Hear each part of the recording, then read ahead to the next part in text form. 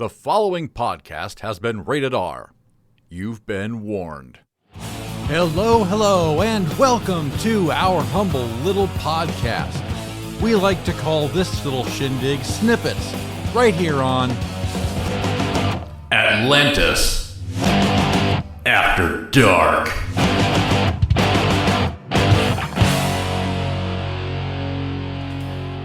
Take it away, Retmus. Hello, and thanks for joining us again for an episode of Snippets. We haven't been here for a while, but today we've got the original OG cast. First up is Sekju. What's up, buddy? Oh, not much, Radmus. Just recovering from a little bit of illness. And as I mentioned earlier, some sadness because Burger is halfway up my ass already in fantasy football. So, God damn it, Buffalo. Whatever. Happy to be here. Happy to be with you guys. Happy to do Snippets. I'm glad you're here, man. And Wally's here today with us. He's took a little brief hiatus there for a while, and he decided to join us today. So we got the original OG cast back. What's up, man?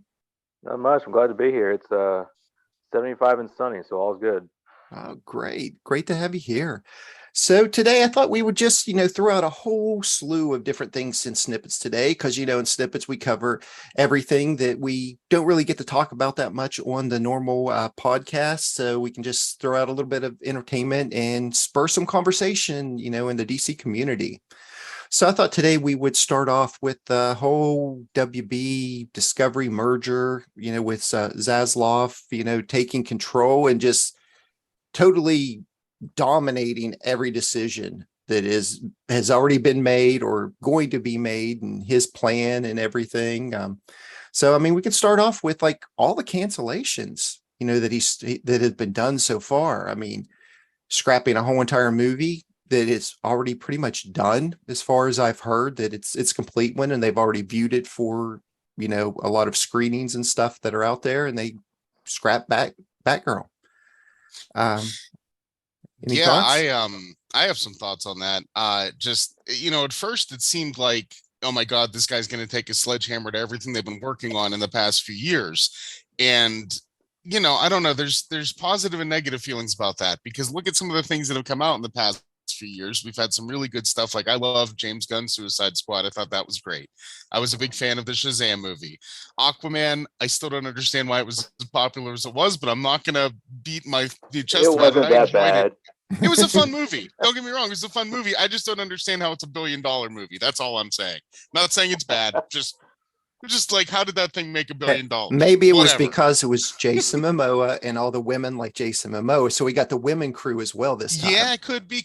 And people are a big fan of James Wan as well. So, True. Being that he was the director, that probably didn't hurt. But again, I'm not here to complain about that stuff. I'm just saying that, there were also some negatives. Like Wonder Woman 84 came out, was kind of not generally well received. So I was disappointed. I was really disappointed in that one. I wanted to love it so much. And there was parts I did really like, but there was other parts where I was just like, this is just disappointing. I was disappointed. Yeah. And again, I don't want to go into those films and creative decisions and all that sort of stuff. The point I'm making is, I was scared as soon as he came in with the hatchet and started cutting, and all this talk about, well, all he cares about is saving $3 billion and he's going to hack and slash wherever he needs to. A lot of the stuff gets blown out of proportion in the media. I was reading an article recently where Zaslav even said, the furor around the Batgirl movie was kind of blown out of proportion. Like, yes, they canned it to save on tax purposes, but again, it wasn't because it was such a god-awful movie that they hated it. It was that it was a movie that they didn't feel was worthy of a theatrical release, which is, again, a lot of movies make it to theaters that are not worthy of a theatrical release. That's true. I've heard other things saying that the movie might eventually see the light of day. I've heard even, I think Zaslav came out and said, like, that the movie's not a terrible movie. It's just not the direction that we want to take. So, I'm kind of trying to pump the brakes on the panic button.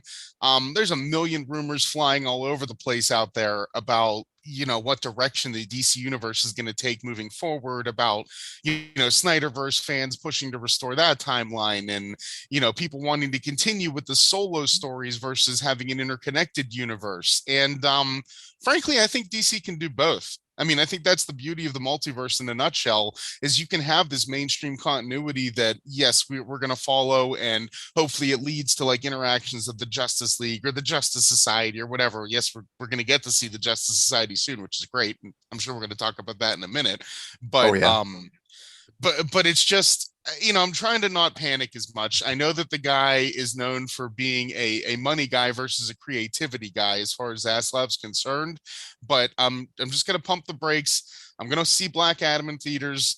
They seem really excited about The Flash despite all the negative media surrounding Ezra Miller, so I'm going to see The Flash and just see where things are headed before I start panicking.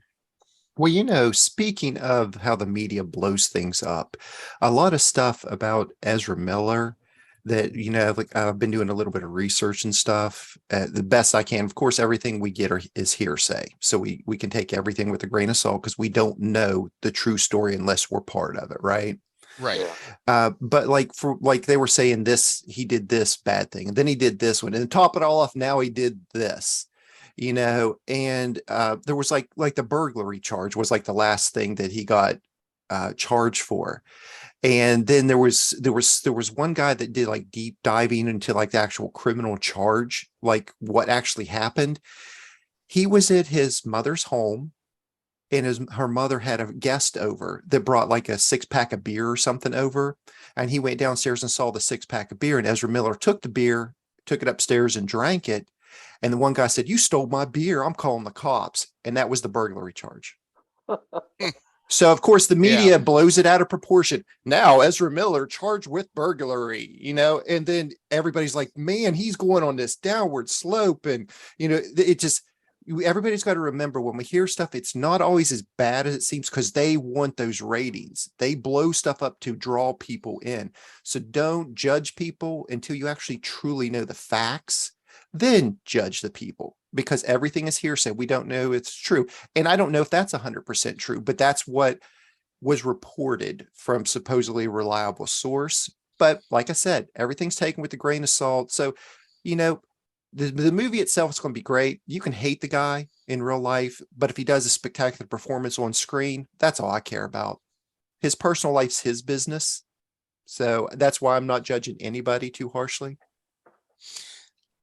Yeah, I kind of agree with that. I'm sorry. I want to let Wally say his piece. Sorry, Wally, go ahead. No, I just want to go back to your point, about the movies, the DC movies being, which direction they want to go and being connected or not connected. It worked for the animated movies. Some of them are connected, some of them aren't. So I think DC has done it in the past, and I think it could definitely work for like mainstream movies and all that good stuff.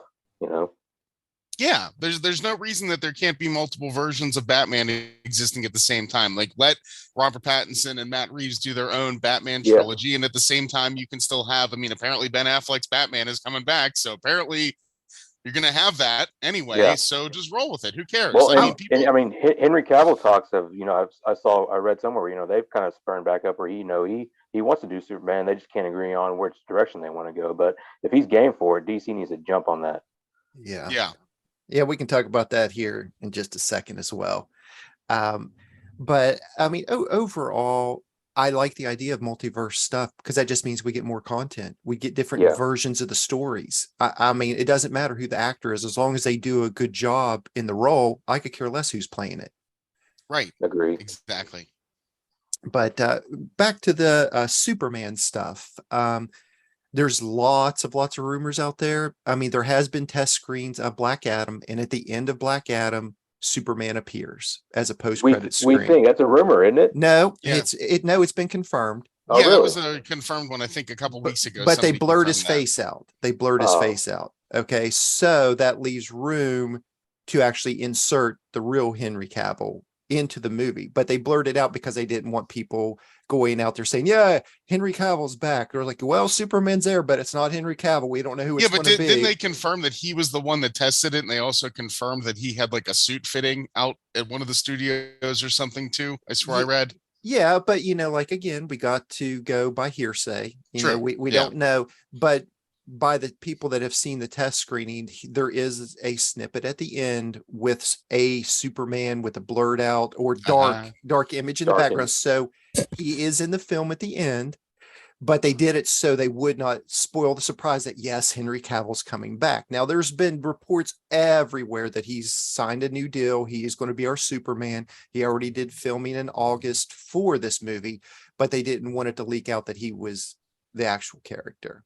Yeah, but there's also been reports and rumors everywhere that he's been signed officially to appear in Loki as Hyperion and all this other stuff. He wasn't at the D23 Expo. Yeah, true. Yeah, it dropped and they did not announce him. If he was there, they would have announced it. You're right. Yeah.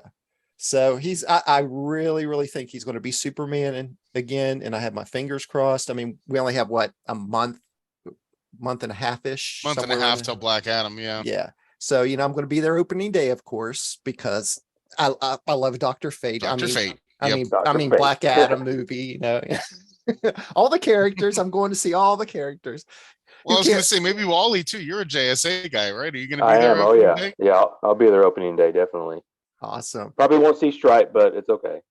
Sorry.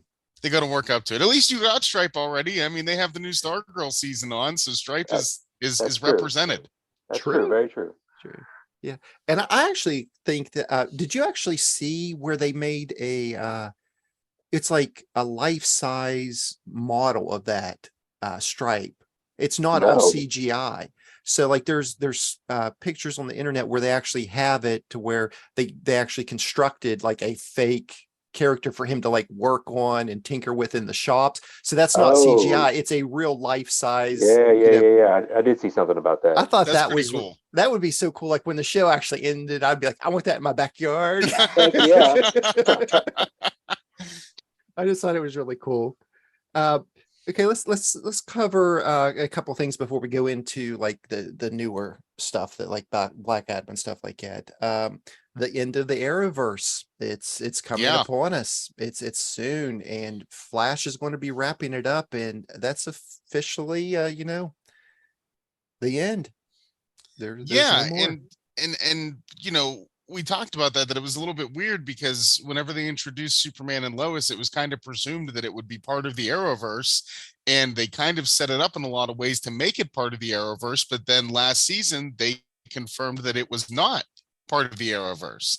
So I just thought that was kind of an interesting choice there, which might tie back into our discussion about the Warner Discovery merger, that maybe that was an executive decision, like you're going to separate yourself from this entity, so you're not part of it anymore.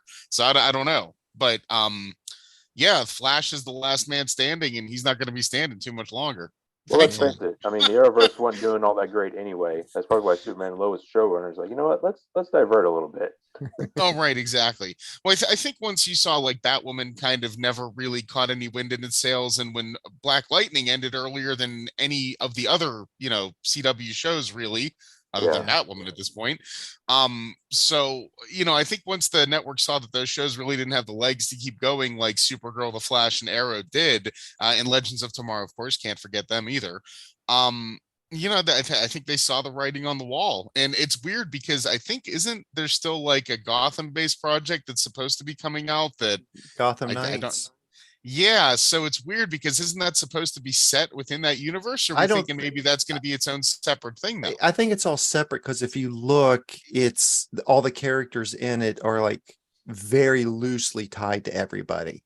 Well, yeah, and didn't they create a whole new protagonist versus using any of the previous like Robins? Yes. Yeah, so it's, I don't know. I mean, I'll give anything a chance. I'll give anything a chance. I'm just not very excited. It just didn't even look good to me. I mean, I looked at the preview, and normally I get hyped up, for any DC related, show, movie, comic, cartoon, whatever is out there. I'm just like, yes, something new, right? Because I mean, whenever it's something you guys, really enjoy and like, you always want more content, even if it's crappy, as long as it's something new coming out, right? Yep. Yeah, that's true. Right. So anyway, let's go ahead and talk about Black Adam a little bit. The main villain of the story has been released. It turns out that they're going to be following the time-honored tradition of Batman versus Superman and Godzilla versus King Kong, where it's the two teams fight each other, then they team up to fight the big bad of the story. Right. Right. And that's going to be Sabak. So this is kind of interesting. You know, he's a demon. He pretty much has like all the powers of Black Adam does. He and looks probably great in the trailer. yes, it's going to be cool. Anybody have any thoughts on that? I don't know if I thought he looked. I mean, I don't know. That when he's emerging from the water at first, I thought he looked great in the trailer. But then there's another shot of him from the front that I didn't find as impressive. So hopefully that's not the final CGI. I'm hoping that it's going to be a little bit more crisp. But I did like the introduction at least, and I do like the modeling of him. It just, I don't know, something about the front shot was less impressive than him just like rising out of the water when it was kind of, I think that was water like bubbling or something like that. Yeah. But as far as the trailer as a whole, I'm excited for the Black Adam movie, but there were just some parts of that trailer that I don't understand, at least with my familiarity with the lore, with the characters and everything. Mhm. I love the Rock movies. Like, they're not great movies a lot of the time, but they're entertaining. It doesn't need to be Oscar worthy or award winning to be fun to watch. And I think that's what the Rock brings to the table a lot of the time. But that voiceover where he's talking about, I don't know, his son sacrificing himself and who he is and leading into all the action pieces of that trailer. Mhm. It just gave me memories of like the old voiceovers of like Hercules, the Legendary Journeys, and they'd be talking about the episode and like the previous history of Hercules before you, as if you don't know who Hercules is after watching 3 or 4 episodes. You got to hear that every time. So I don't know what it was about that voiceover, but that's what it evoked in my mind, and I just laughed when I heard it. And then Wally, you being the JSA guy, can you tell me, because in all my knowledge of the JSA, I remember them having like a brownstone as like their headquarters. I don't remember them having like a The jet X-Men that mansion. opens up like the X-Men mansion. Yeah, No. exactly. Like I looked at this and I was they like, wait, never is had this that. okay? So I'm not crazy. Those are my only 2 critiques, because other than that, I'm very excited. Like, I thought Cyclone looked cool. I thought Hawkman in action and moving looks super cool. Black Adam looks great. Everything about the Rock and that character looks right. So I'm excited for the movie, but those 2 little pieces of the trailer just had me laughing. I was like, X-Men and Hercules. Yeah, maybe Kent Nelson is like a super billionaire from like all his excavations, and he found like some stuff and got super rich, and that's how he's affording everything. Something. I was just thinking, like, why do they even need a jet? Can't Dr. Fate just portal them there, basically? Like, what do they need a jet for? Yeah. Yeah, that's true. That's true. I did like some of the powers that I saw of Dr. Fate. So I'm just fingers crossed, because you guys know he's like one of my favorite characters, and I'm just hoping they do him justice in this. Yeah, Rep, I think those action scenes with Dr. Fate are going to be pretty mind-blowing, pretty awesome. They looked great in the trailer, I thought. I did as well. And there was a little interview where The Rock was talking about Pierce Bronson, and he said that he nailed the character of Dr. Fate. I mean, he did like a spectacular job acting, and just by the little bit, it just seems like he fits that role. I mean, just a little tiny bit on the preview when he's talking to Black Adam and stuff, it didn't seem like it was forced or anything. It was like it was all natural to him. And that, well, he's a great actor too. Yes. Yeah, that was a great casting. Yeah, I'm very glad about that. So we're not going to have a super huge episode today, but I just wanted to open it up since, we'll kind of cap it out here in about 5 minutes or so. But I just wanted to open it up to you guys because we haven't been here for a while, and just bring up any topics that you wanted to cover. I did want to like throw out some DCL stuff real quick. I mean, it was announced that we're getting a rotation now on the red alerts. So every 4 months it's going to be changed and updated with new characters. So we're going to be able to get those characters that we haven't before. You notice all these little things that they're changing. It shows that they're moving forward, that it's not just they've stopped progress and say, here's your 2 new characters. Here's your 2 new characters. We're getting new characters, the reworks as usual, but now we're getting, like all the upgraded stats for characters. We're getting changes, a little bit of changes made here and there, quality of life enhancements. So I just wanted to bring that up. So I'm really happy about that. So yeah, I love that. I just shows that they're putting in effort, and that maybe, they'll see that, hey, we put in just a little bit of effort into this game. Like people are gonna spend money on this. People are gonna, invest in this more and more because we just want a little bit of effort. That's it. Exactly. Yeah, and it's not like our needs are too much. I know not everyone is super happy whenever the lists change, but at least you know it's going to change again in 4 months. So if you don't see something you like on that list now, you know that you can hold out, and in 4 months it's going to switch up, and maybe there will be a few characters that you're targeting. Exactly. So, you know, before we were stuck with the same characters in Red Alerts for how many years? And you certainly couldn't have been targeting the same ones that were there for that long then. So, well, I mean, when it first came out, I mean, we were stuck with the Dark Knight as the PvP board only character for like 2 years. Yeah. And it never changed. I mean, he was the character, you know, and that was it. So it's making progress, and that's what I like to see. Even if it's very minute, it's still progress, and it just builds upon itself. Oh, and I'm happy with the October changes. I think Wally might be too. So, you know, we're both spoiler fans and Red Tornado fans. So there you go. Well, I'll be 5. Here we go. There we go. That'll be nice. Can't wait to see that. It's going to take a lot of resetting. Yeah. All right, so let's just go ahead. I know we didn't do a whole lot today, but I just wanted to bring it up, and hopefully Wally can make it back again, and we can start having a regular show like we did maybe every couple weeks, or at least once a month, something like that. But I just wanted to take it around.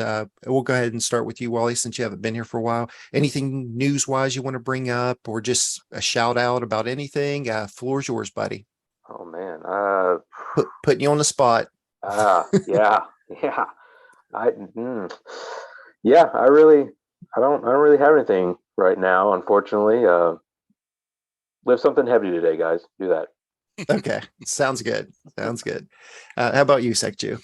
I'm going to put somebody else on the spot on the show, because I think you and I both discussed it off camera. But next time we do snippets, I think we are planning to feature the illustrious Biff by Adam West, one of our fine leaders of the Atlantis After Dark Alliance. And he is our expert on Batman 66, which will be the nostalgia segment. And of course, it is Batman month, so I think it's only appropriate that we make sure we get that episode in before the end of the month. So I don't know about you, Retmus, but I'm going to do my damnedest to make that happen. And hopefully tune in next time, because we'll definitely be featuring Biff. Definitely. So the next episode we do will be on Batman 66, and we will have Biff in here. Hey, does Biff know about this, or is he gonna? Yes. Oh, he knows. He knows. Yes. So he's not going to listen to the show and be like, "What the hell, Sek?" Well, he told us to give him some warning so he could bone up on his stuff. So, hey, Biff, here's your warning, buddy. No, we should just announce it and just like, let's just start announcing everybody on next episode. Randomly. Yeah, exactly. Guess you're going to be on next time. And they're like, I am? Shit. They're like, what? Yeah. Let's just start randomly picking someone from our alliance and say they're going to be on next time and put them on the spot. We're coming for you, Lurking. We're coming for you. That's lurking. it. Yes, lurking. Lurking. If you're listening, buddy, you're going to be next. I just want to know what his voice sounds like. All right. So let's just do a quick recap real quick. Lots of things happening in the DC universe, especially in the DC extended universe in the movies. Hopefully it'll be good. I know stuff's being canceled. We're hearing all kinds of rumors, but everybody, please take it with a grain of salt. We don't know truly what's going to happen. We are seeing progress in our games, which makes us very happy. Everything seems to be going well. So, I mean, it's not negative. We're moving forward. In that, I just wanted to say thank you, Sekju, and thank you, Wally, for joining us today. And we're going to wrap it up. And we just want to thank everybody out there for listening and hope to see you soon.